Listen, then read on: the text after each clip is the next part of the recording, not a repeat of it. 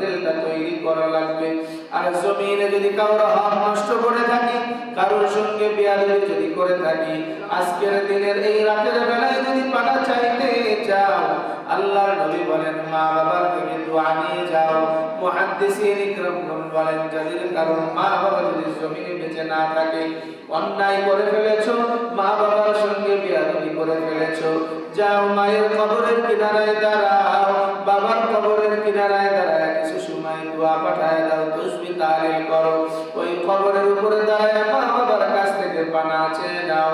রাসূল বলেন মা বাবার বন্ধু বান্ধব যারা জমিনে আছে, মায়ের সঙ্গে জমিনে থাকতো তোমার খালা আছে, ফুফি আছে, মায়ের বান্ধবী যারা আছে তাদের সঙ্গে ভালো আচরণ করো।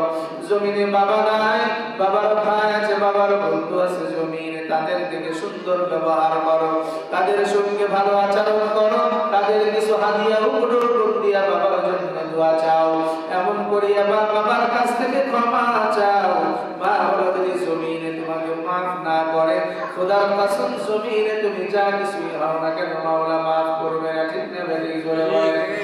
নবীজি সাল্লাল্লাহু আলাইহি ওয়া আলিহি ওয়াসাল্লামের সাহাবী হযরত আল-কামা রাদিয়াল্লাহু তাআলা আনহু জমিনে নবীর নিকটবর্তী সাহাবী, আল্লাহ তাবারক ওয়া তাআলার বান্দা হযরত আল-কামা রাদিয়াল্লাহু তাআলা আনহু ইন্তেকালের সময় হয়ে গেছে, সাকরাতুল মউত শুরু হয়ে গেছে, জান বের হয় না, ভীষণ কষ্ট হয়।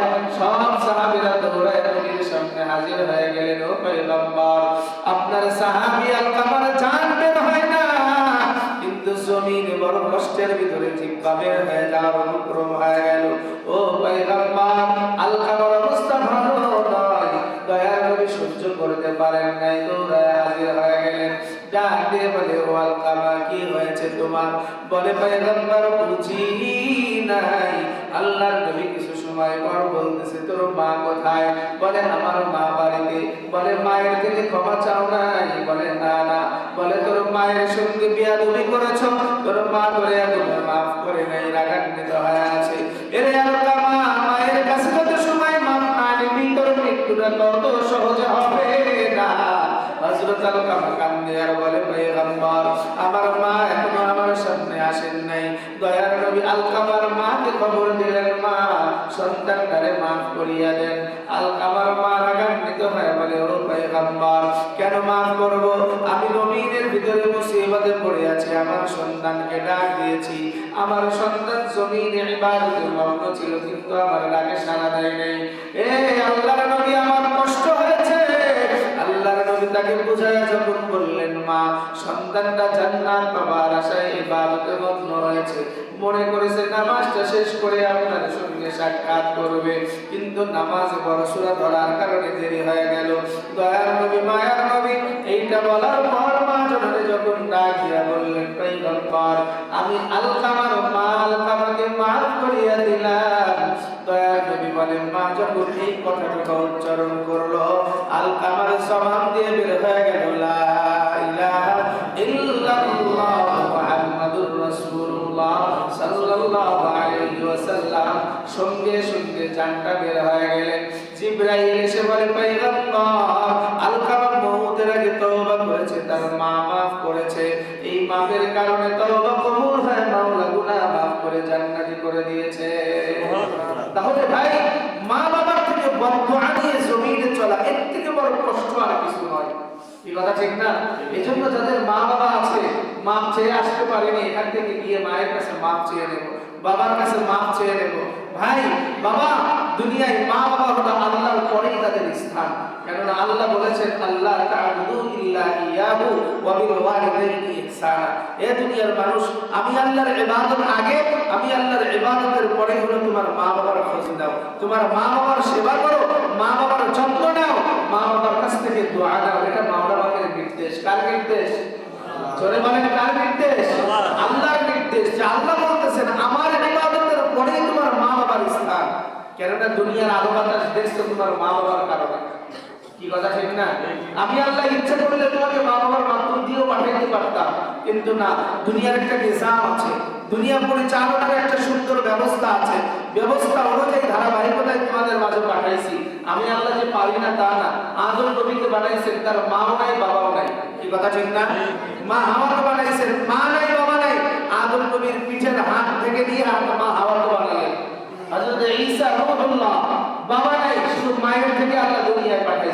কথা ঠিক না?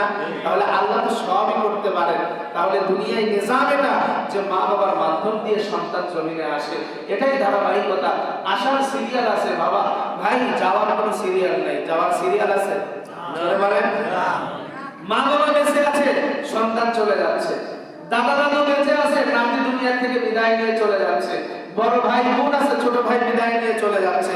তাহলে আসার সিরিয়াল আছে, যাওয়ার কোনো কি নেই, সিরিয়াল নেই। তাহলে মা বাবার একটা বড় নিয়ামত। এই জন্য আজকের এই রাতেও যারা মায়ের সঙ্গে বাবার সঙ্গে বেয়াদবি করেছি, মা বাবা সন্তুষ্ট নয়, খোদার কসম তারা আজকের রাতেও মাপ পাবে না, আজকের রাতেও তারা নিস্তার পাবে না। যতই নামাজ পড়েন আর যা কিছু করেন, ইবাদত বন্দেগী করেন, আল্লাহ কবুল করবে না। তওবা যতই করেন, আল্লাহ কবুল করবে না। এটা আমার কথা না, রাসূলের কথা। এইজন্য মা বাবার সঙ্গে অবাধ্য আচরণ করে দুনিয়ার ভিতরে চলার কোনো অবকাশ নাই।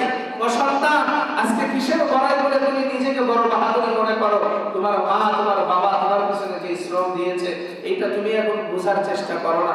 আল্লাহ তাবারাক ওয়া তাআলার বান্দা হাকীমুল উম্মাহ আশরাফ আলী থানভী রাহমাতুল্লাহি আলাইহি তার মালফুজাতের ভিতরে লেখেন যে মা বাবা কত বড় নিয়ামত, বিশেষ করে মা যে কি নিয়ামত এটা অনেক সময় যুবকরা বুঝতে চায় না। তিনার কিতাবের ভিতরে লিখছেন যে আল্লাহ তাবারাক ওয়া তাআলা যে বলছেন ওয়াবিল ওয়ালিদাইনি ইহসানা, মা বাবার প্রতি ইহসান করা, সৎ আচরণ করা। আল্লাহ তাবারাক ওয়া তাআলার বান্দা হাকীমুল উম্মাহ এক যুবকের ওয়াকিয়া নিয়ে আসছেন, ডাক দিয়ে বলে দেখো এই যুবকটা জমিনের ভিতরে এক সময় তার কিছুই ছিল না, দুনিয়ায় তার বাবা দুনিয়া থেকে বিদায় নিয়ে চলে গেল। এই যুবকটা যখন তার মায়ের গর্ভে 5 মাস বয়স, কয় মাস বয়স? 5 মাস বয়স, তখন এই যুবকের বাবা বিদায় নিয়ে চলে যায়। তার মা তো ছিল যৌবন ভরা, কেবলমাত্র বিবাহ হয়েছে, এখন তো বয়স বেশি হয় নাই, কিন্তু তার একটা সন্তানের দিকে তাকায় দ্বিতীয়বার কোনো বিবাহ করে নাই যে না আমার এই সন্তানকে নিয়েই আমি থাকবো। কিন্তু কপালে বড় দুঃখ, সন্তান বড় হয়ে গেছে, চাকরি শুরু করেছে। হাকীমুল উম্মাহ বলে এখন সন্তান বিবাহ শাদী করার পরে মায়ের সঙ্গে আর ভালো আচরণ করে না। কি করে না? জোরে বলেন। এমন আমাদের সমাজে আছে না নাই? আছে ভাই, এটা অনেক ঘুরি ঘুরি আছে। এটার কারণে শুধু সন্তানের দোষও আমি দেই না, মা বাবারও কিছু দোষ আছে, যেটা আল্লাহ রাসূল বলেছেন ওয়ালাদুন সালিহুন ইয়াদউ লা, নেক সন্তান গঠন করা। এই নেক সন্তান গঠন করার ক্ষেত্রে আমরা মা বাবারও অনেক সময় ভুল করি। কেননা শুধু মা বাবার হক আছে বিষয়টা এমন না, সন্তানের উপরেও মা বাবার পক্ষ থেকে হক আছে। যেমন সন্তান মা বাবার উপরে হক আছে জীবিত থাকা অবস্থায় 8টা, মৃত্যুর পরে 8টা, ঠিক তদরূপ ভাবে মা বাবার উপরে সন্তানের প্রতি হক আছে 10টা। এই হক আদায় না করার কারণে আজকে পরবর্তীতে গিয়ে মা বাবা পস্তায়, পরবর্তীতে মা বাবা বড় কষ্ট পায়। এই কষ্ট পাওয়ার আপনি যেহেতু বুড়াই দোষ করেছেন, কষ্ট এটা আপনি পাবেন, এটা স্বাভাবিক। তার ভিতরে 1 নম্বরে হক হলো সন্তানকে দিনদার বানানোর ক্ষেত্রে অনেক মা বাবা আমরা উদাসীন মনে করি, সন্তানদের প্রতি সেভাবে স্বতঃস্ফূর্তভাবে দিনদার বানাইতে চাই না। মনে করেছে না দিন তো চলেই যাচ্ছে, মনের আশা বড় কিছু বানাবো, এই করবো সেই করবো, সেই দিকে চিন্তা করে সন্তানকে কোরআন শেখাই না, নামাজের মধ্যে তালিম দেই না, জিকির আজকার শেখাই না, দ্বীনের কাজগুলো শেখাইতে চাই না, শুধু দুনিয়া নিয়ে ব্যস্ত হয়ে থাকি। এটার কাজ যদি করে থাকি তাহলে দুনিয়ায় পরবর্তীতে পস্তানো লাগে। আবুল মাল আব্দুল মুহিত সাহেব, সাবেক তিনি অর্থমন্ত্রী, কি কথা ঠিক না? এই বেচারা সন্তানাদি যা আছে সব বড় বড় শিক্ষিত, একটা বাংলাদেশে থাকে না, সব বাইরে থাকে। এই বেচারা সাক্ষাৎকার একদিন এক সাক্ষাৎকারে এক সাংবাদিক বলতেছে যে আপনার এখন মনের অবস্থা কি? কয় মনের অবস্থা আর কি হবে, দুনিয়ায় যা কামাই করছি সব হলো শেষ, আমার সন্তান সন্ততি কেউ এখন আমার কাছে নাই। যেই দলের জন্য, যেই নেতা নেত্রীর জন্য আমার জীবন উৎসর্গ করলাম, আমার সব ব্যয় করলাম, আজকে হাসপাতালে পড়ে আছি, আমার নেতারাও আমাকে দেখতে আসে না। ভাই দুনিয়াটাই এরকমই। আজকে তার সন্তান একটা লন্ডনে, একটা আমেরিকায়, আর একটা সুইজারল্যান্ডে, তার 2টা মেয়ে একটা কানাডায় থাকে, বাড়িতে তার দেখার মতো কেউ নেই। অর্থকরীর অভাব আছে? কথা বলে না। অর্থকরীর অভাব আছে? অর্থকরীর অভাব নাই, কিন্তু তাকে মানুষ করবে, ভালোবাসা দিবে, আদর সোহাগ দিবে, এই মানুষের বড় অভাব। এই জন্য সে কাঁদতেছিলেন আর বলতেছিলেন সাংবাদিকের কাছে যে জীবনে বড় ভুল করেছি, সন্তানদেরকে দিনদার না বানায়। তাহলে এই ভুলের মাসুলকে এখন আর আপনি শেষ করতে পারবেন না, শেষ করা যাবে? এই জন্য ভাই বাবাজিরা, যে কথা বলতেছিলাম আশরাফ আলী থানভী রাহমাতুল্লাহি আলাইহি, ওই যুবকের কথা বলতেছিলেন। যুবক এখন মায়ের সঙ্গে বিয়াদবি শুরু করছে, কিন্তু মা কি করে? সন্তানের জন্য বদদোয়া করে না। আমার মাইকের আওয়াজ যে সমস্ত মায়েরা শুনতেছেন, আমার মায়েরা অনেক সময় অল্পতে রাগান্বিত হয়ে অনেক সময় বদদোয়া করে বসে। রাসূল নিষেধ করছেন সন্তানদের জন্য বদদোয়া করতে, কেননা আপনি মা, আপনার জবান থেকে যেটা বের হবে, বের হতে দেরি, আল্লাহ কবুল করতে দেরি করেন না। আপনি যদি কোনো সময় সন্তানকে রাগ করে যদি অনেক রকম কথা বলে ফেলেন, আর আল্লাহ যদি সেটা বাস্তবায়ন করে দেয়, মা আপনারই তো বেশি কষ্ট হয়। কি কথা ঠিক না? অনেক সময় মায়েরা রাগান্বিত হয়, সন্তানকে কয় মরতে পারিস না, যাইতে পারিস না, নানান রকমের কথা বলে। আল্লাহ রাসূল এই সমস্ত কথা থেকে নিষেধ করেছেন। আল্লাহ তাবারাকা ওয়া তাআলার বান্দা আশরাফ আলী থানভী রাহমাতুল্লাহি আলাইহি বলেন, হে জমিনের মানুষ, ওই যুবক যখন মাকে কষ্ট দিলেন, একদিন মা জননী সন্তানকে ডাক দিয়ে বলে, রে বাবা, এই জমিনের ভিতরে তোর জন্য আমার জীবন যৌবন সব শেষ করেছি, দ্বিতীয় কোনো কাজ করি নাই, তুই আমাকে বুঝলি না, চিনলি না, আমার গায়ে আঘাত করলি, প্রহার করলি, চাও আল্লাহ যেন তোকে মাফ করে দেয়। আল্লাহ তাবারক ওয়া তাআলার বান্দা যুবক পরের দিন অফিসে চলে গেলেন। আবার যখন বাড়িতে আসলেন, তার বিবি কি বলছে মাকে মারার জন্য আবার দরজায় হাজির। আল্লাহর বান্দী তখন দরজা খুলে না, ডাক দিয়ে বলে, সন্তান, আমার শরীরটা ভালো নাই, যাও, দরজা খুলতে পারবো না। আল্লাহর বান্দা যুবক রাগান্বিত হয়ে দরজা ভেঙে গিয়ে মাকে লাথি মেরে ফেলায় দেয়। আল্লাহর বান্দী এর পরেও বদদোয়া করে নাই, শুধু দোয়া করে, মালিক, আমার এই সন্তানটাকে তুমি হিদায়াতের মালা পরায় দাও, আমার এই সন্তানকে জমিনের উরুসজাত একটা সন্তান দান করে দাও, তাহলে বুঝবে মায়ের যন্ত্রণা, মায়ের ভালোবাসা কেমন। আল্লাহ তাবারক ওয়া তাআলার বান্দির পরে বদদোয়া করে না। দীর্ঘদিন এমন জুলুম সহ্য করার পর আল্লাহ তাবারক ওয়া তাআলার বান্দির দোয়ার বদৌলতে তাদের পুত্র বদর করে একটা সুন্দর সন্তান দিলেন। আল্লাহর বান্দি শুকরিয়া আদায় করে নাতিরা কোলে নিয়ে দোয়া করে আর বলেন, মালিক, আমার সন্তানটাকে এখন বুঝ দিয়ে দাও। আল্লাহ তাবারক ওয়া তাআলার বান্দা যুবক অফিস থেকে আসার পর সন্তানকে কোলে নিয়ে আদর করে এখন মায়ের কাছেও আসে না। এদিকে মা জননী তার ঘরের ভিতরে বসে কাঁদে আর বলে, আল্লাহ, যে সন্তান আগে স্কুলে যাওয়ার সময় আমি মায়ের হাতে খাবার না খাইলে স্কুলে যাইতো না, আমি মায়ের হাতে খাবার না খাইলে কোথাও বাহির হয়ে যাইতো না, আমি মাকে না দেখলে বেকারা হয়ে যাইতো, পাগল হয়ে যাইতো, আজকে জমিনের ভিতরে তার সব হয়ে গেছে, আমি মা পর হয়ে গেলাম। এমন কথা বলে আল্লাহর বান্দা যখন দিলটা উজাড় করে কাঁদতে লাগলেন। আল্লাহর বান্দা একদিন রাতের বেলায় বড় কষ্ট করে জমিনের ভিতরে কাজ ছেড়ে আসার সময় দেখে এক বুজুর্গ আল্লাহর ওলি জমিনের ভিতরে মা বাবার খেদমত সম্পর্কে বয়ান করতেছিলেন। আল্লাহর বান্দা যুবক এই বয়ানটা শোনার জন্য ওই মাহফিলের কিনারে গিয়ে দাঁড়াইলেন। আল্লাহর ওলি বয়ান করতেছিলেন জাহান্নামের ভয়, মা বাবার সঙ্গে নাফরমানি করিয়া যদি জমিন থেকে কেউ বিদায় নিয়ে চলে যায়, আল্লাহ তাবারক ওয়া তাআলা ওই নাফরমানের কবরে ভীষণ শাস্তি দেয়। আল্লাহর ওলি এই বয়ান করতেছিলেন, দয়ার নবী মায়ার নবীর হাদিসের ঘটনা শুনাইতেছিলেন। বুখারী শরীফের ভিতরে মা বাবার খিদমতের ভিতরে হাদিস আসছে। ইমাম বুখারী রাহমাতুল্লাহি আলাইহি বলেন, দয়ার নবী মায়ার নবী একদিন সাহাবায়ে কেরামদেরকে নিয়ে পাশে এক গোরস্থান জিয়ারতে রওনা হয়ে গেলেন। যাওয়ার পরে দেখে এক গোরস্থানের যুবকের কবরে বড় শাস্তি। আল্লাহ তাবারক ওয়া তাআলার নবী দোয়া করলেন, জিবরাইল এসে বলে, ও পয়গম্বর, আপনার এই যুবক উম্মতটা কেন শাস্তি পায় আপনি জানেন? দয়ার নবী বলেন, না না, এই যুবকটা জমিনে প্রস্রাব করে ভালো করে কুলুপ ব্যবহার করতো না, প্রস্রাব সিটাফাটা গায়ের ভিতরে লেগে যাইতো, ওই অবস্থায় জমিনে থাকতো, ঢিলা ব্যবহার করতো না। প্রস্রাব থেকে হেফাজতে না থাকার কারণে এক নম্বরে এটার গুনার কারণে মাওলা শাস্তি দেয়। আর একটা শাস্তি হলো পয়গম্বর, এই যুবকটা জমিনের ভিতরে টাকলু গিরা ঢেকে কাপড় পরিধান করতেন। দয়ার নবী মায়ার নবী সঙ্গে সঙ্গে চোখের পানি ফেলায় কাঁদতে আল্লাহকে ডাক দিয়া বলে, মালিক, আমার উম্মতের কবরে ভীষণ শাস্তি দাও, আমি নবী হয়ে দোয়া করলাম। আল্লাহ তাবারক ওয়া তাআলার ফেরেশতা নবীর দোয়ার বদৌলতে মাফ আল্লাহ করেছেন এসে ঘোষণা দিয়ে গেলেন। দয়ার নবী ডাক দিয়ে বলে, জমিনের উম্মতের দল, যারা পুরুষ আছো এই দুইটা কাজ থেকে ভালোভাবে হেফাজতে থাকো। এক নাম্বার, পেশাব থেকে সুন্দরভাবে পরিষ্কার হয়ে আসো। দ্বিতীয় নাম্বার, টাকলু গিরা থেকে কোথাও কাপড় চোপড় করবা না। দয়ার নবী মায়ার নবী গোরস্থানের সামনে আগে গেলেন, যায় দেখে আর কবরের ভিতরে ভীষণ শাস্তি। আল্লাহর নবী দোয়া করলেন, আল্লাহ তুমি আমার উম্মতদের কবরে কেন শাস্তি দাও? আল্লাহর নবীর পক্ষ থেকে দোয়া দেওয়ার পরে জিবরাইল এসে ডাক দিয়া বলে, ও পয়গম্বর, এই যুবকের জন্য দোয়া করিয়া লাভ নাই, হাত নামায় দেন। দয়ার নবী আশ্চর্য হয়ে ডাক দিয়ে বলে, কেন? বলে, এই যুবকটা জমিনে মায়ের সঙ্গে বড় খারাপ আচরণ করেছে, মা জননী বদদুয়া করেছে, বিধায় আল্লাহ তাকে জমিনে বড় শাস্তি দিয়ে মৃত্যু দান করেছেন। এরপরে কিয়ামত পর্যন্ত কবরে শাস্তি হবে, তার কোনো মাফ নাই।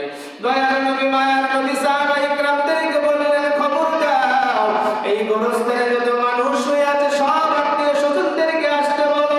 হাদিসের কিতাবে আসছে, দয়ার নবী মায়ার নবী যখন এই ঘোষণা জানায় দিলেন, সব মানুষগুলো আসিয়া সব যার যার কবরের কিনারায় দাঁড়াইলেন।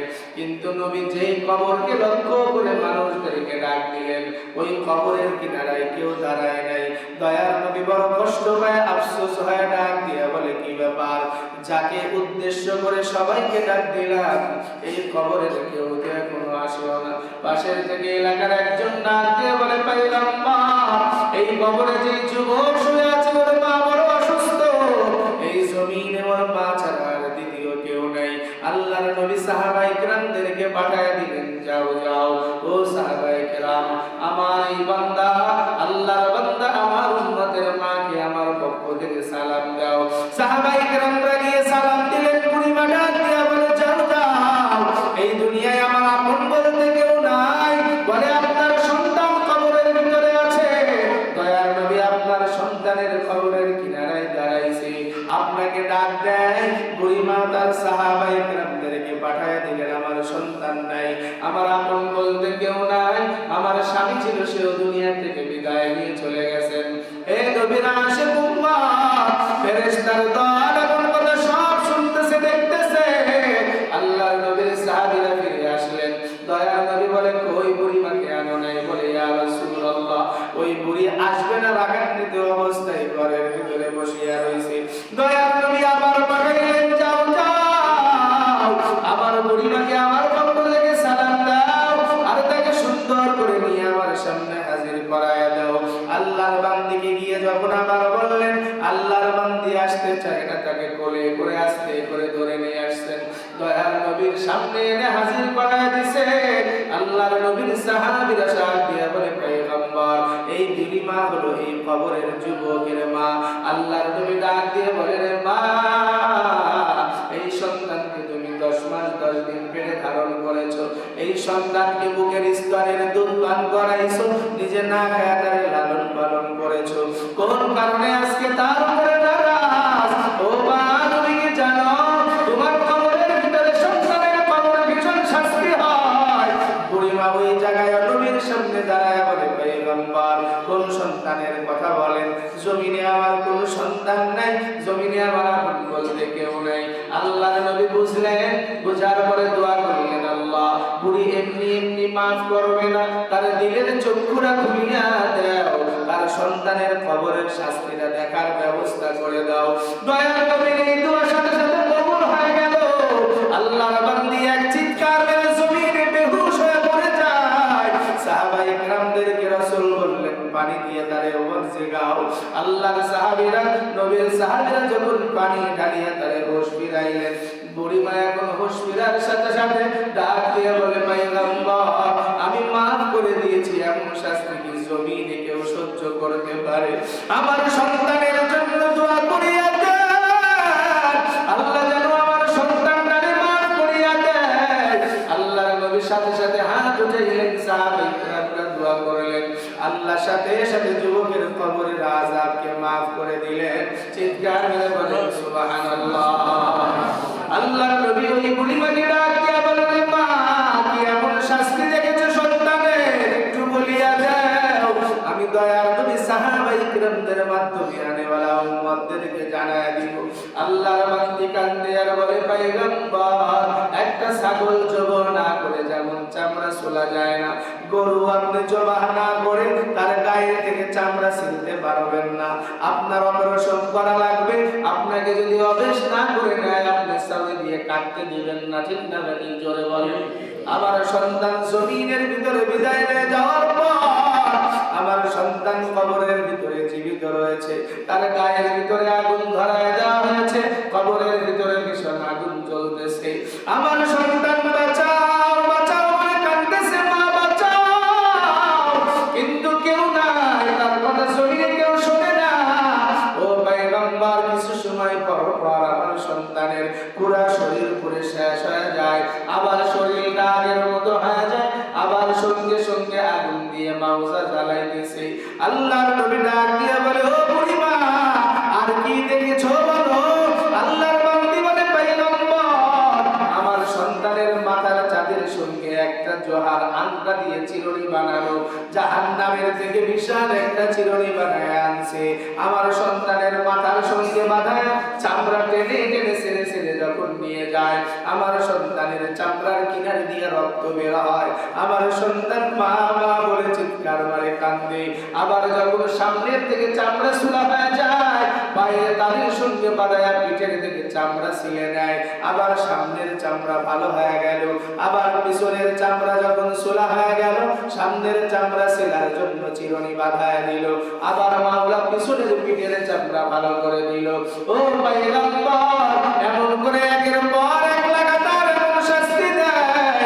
আল্লাহর নবী ডাক দিয়ে বলে, সাহাবীর দল, দেখ দেখ মায়ের সঙ্গে নাফরমানি করার কারণে কি শাস্তি হয়ে যায়। ওই যুবক ওই আল্লাহর ওলির বয়ান শোনার পর ওই জায়গায় এক মুহূর্ত দেরি করে নাই, আল্লাহর ওলির পাশে দুনিয়া কান্দে আর ডাক দিয়ে বলে, ও আল্লাহর ওলি, আমি মহা অন্যায় করে ফেলেছি, এই জমিনে আমার মা ছাড়া আপন বলতে কেউ নাই, আমার মায়ের সঙ্গে আমি নাফরমানি করে আসছি গো আল্লাহর ওলি। আল্লাহর ওলি ডাক দিয়ে বলে, যুবক, জমিনে মা জীবিত আছে না মৃত্যু হয়ে গেছে? আল্লাহর বান্দা যুবক বলে, আমার মা জননী এখনো বেঁচে আছে। বলে, যাও যাও, মায়ের পা জড়ায় ধরিয়া মাপটা চায়া নেও, তোমার মা যদি মাফ করিয়া দেয় তোমাকে আল্লাহ মাফ করে দিবেন। যুবক আর এক মুহূর্ত দেরি করে নাই, দৌড়ায়া বাড়ির সামনে হাজির হয়ে গেল। বিবি যখন দরজা খুলে দিলেন, দেখে রাত্র গভীর হয়ে গেছে, তার বিবি তার সন্তানকে নিয়ে বসে বসে খেলাধুলা করতেছে।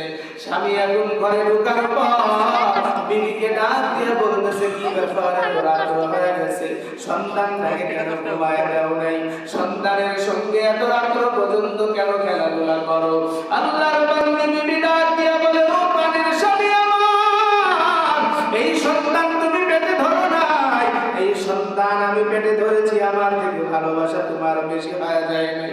সন্তানকে কোন সময় ঘুমানো লাগবে, কোন সময় খাবার দেওয়া লাগবে আমি মা ভালো জানি। তুমি এই সমস্ত নিয়ে আশেপাশে কথা বলিয়া সময় নষ্ট করিও না। এই কথা বলার পর যুবকের মাথার ভিতরে বেড়ে কাজ শুরু করে দিল। আমার বিবি যদি এখন বাচ্চাটা নিয়ে এমন করে কাজ করতে পারে, তাহলে আমিও তো একদিন এমন ছোট ছিলাম, আমিও তো কোলের শিশু ছিলাম, তাহলে আমার মাটাও তো আমাকে এমন করে লালন পালন করেছে, আমার মা এমন করে আমাকে যত্ন সহকারে খাওয়াইছে। যুবকের এই কথা চিন্তা হওয়ার পর সিজদায় করে কান্দে আর বলে, মালিক, এই জমিনে আমি বড় অন্যায় করে ফেলেছি, আল্লাহ আমার জিন্দেগির গুনাহগুলো মাফ করিয়া দাও। দৌড়ায় মায়ের দরজার সামনে যখন হাজির হয়ে গেল, মা জননী কান্দে আর বলে, বাবা দরজা খুলতে পারবো না, আজকে বুঝি তুই আবার আমাকে মারবি? যুবক কান্দে আর বলে, মা না, আমি তোমার কাছে মাফ চাওয়ার জন্য এসেছি। মা জননী বিশ্বাস করতে চায় না। আল্লাহর বান্দা যুবক ডাক দিয়া বলে, মা, হুজুরের বয়ান শুনে এসেছি, তুমি নারাজ হয়ে গেলে আমার জন্য জাহান্নাম, আমি জাহান্নামের আযাব সহ্য করতে পারবো না রে মা। ঘরে এসে দেখলাম আমার বিবি ছোট্ট বাচ্চাটা নিয়ে খেলাধুলা করে।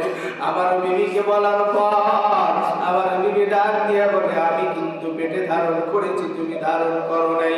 ও মা, তুমি দরজা খুলিয়া দাও, আমি তোমার কাছে মাফ মাপটা চাওয়ার জন্য এসেছি। আল্লাহর বান্দা যখন দরজা খুলে দিলেন, যুবক দৌড়ায় মায়ের পা জড়ায়া ধরলেন। আল্লাহর বান্দির সাথে সাথে সন্তানকে বুকে জড়ায় দেয়, এগালে চুমা দেয়, ওগালে চুমা দিয়া বলে, আল্লাহ এই হিদায়াতের দুআই তোমার কাছে করেছি রে মালিক। আমার সন্তান আজকে বুঝে গেছে, আমার সন্তানকে তুমি মাফ করিয়া দাও। আমি মার দিলটা বড় খুশি হয়ে গেছে, ও তওবা করে ফিরে এসেছে। এ নবীর আশিক উম্মতের দল, মা এমন করে মাফ করে যখন তার জন্য দোয়া করে দিলেন, হাকিমুল উম্মাত আশরাফ আলী থানভী বলেন, এরপর থেকে ওই যুবক যতদিন জমিনে বেঁচে ছিলেন আর কোনোদিন নাফরমানি করে নাই, নামাজ বাদ দেয় নাই, জিকির আজকার বাদ দেয় নাই, কোরআন সুন্নাহ অনুযায়ী জীবন যাপন করে বুজুর্গ হয়ে মৃত্যুবরণ করেছে। মেরে কলিজার টুকরা যুবক ভাই, ও বৃদ্ধ বাবাজি, ও মা, আজকে জমিনে কিসের নেশায় পড়লা? কোন আশায় জমিনে তুমি আমি খেলাধুলায় লিপ্ত হয়ে গেলাম? এই কলিজার টুকরা যুবক ভাই, আজকে কোন আশায় মুখের ভিতরে দাড়িটা ফেস ফেস করিয়া কাটলা? আজকে নাফরমানি করিয়া চলো, আল্লাহর দ্বীন মানতে চাও না, নামাজ পড়তে চাও না, জিকির আজকার করতে চাও না। এর পর্দার আম্মা জান, আজকে জমিনে কোন নেশায় পড়ে বেপরদায় চলাফেরা করেন, সগল ঘুরি ঘুরিয়া বেড়ান, গীবত শিকায়েতের ভিতরে চলেছেন, স্বামীর অবাধ্য হয়ে বড় দায়ুস হয়ে গেলেন। এর পর্দার মা জননীরা জমিনের ভিতরে কয়দিন থাকবে? মনটা একটু বুঝায় নেন। এই জমিনে যেদিন নতুন বিবাহ করে পুত্রবধূ হয়ে ঘরের ভিতরে এসেছিলেন, কত মানুষ আদর করলো, কত মানুষ পুত্রবধূকে দেখার জন্য ঘরে এসে দাঁড়ায় গেল, কত মানুষ এসে বাতাস করলো, কত মানুষ তোমার গরম দুধ পান করাইলো, শরবত পান করাইলো। এর মা বোন একটু মনটাকে বুঝায় দেন। আবার এই ঘরের ভিতরে যেমন নতুন বউ হয়ে ঢুকছে, এমন করে আবার একদিন পর লাশ হয়ে বাহির হওয়া লাগবে। ওই ঘরের ভিতরে তোমার কেউ রাখবে না। এ পর্দার আড়ালের আম্মা জান, ঘরের ভিতরে মারা যাইবে না।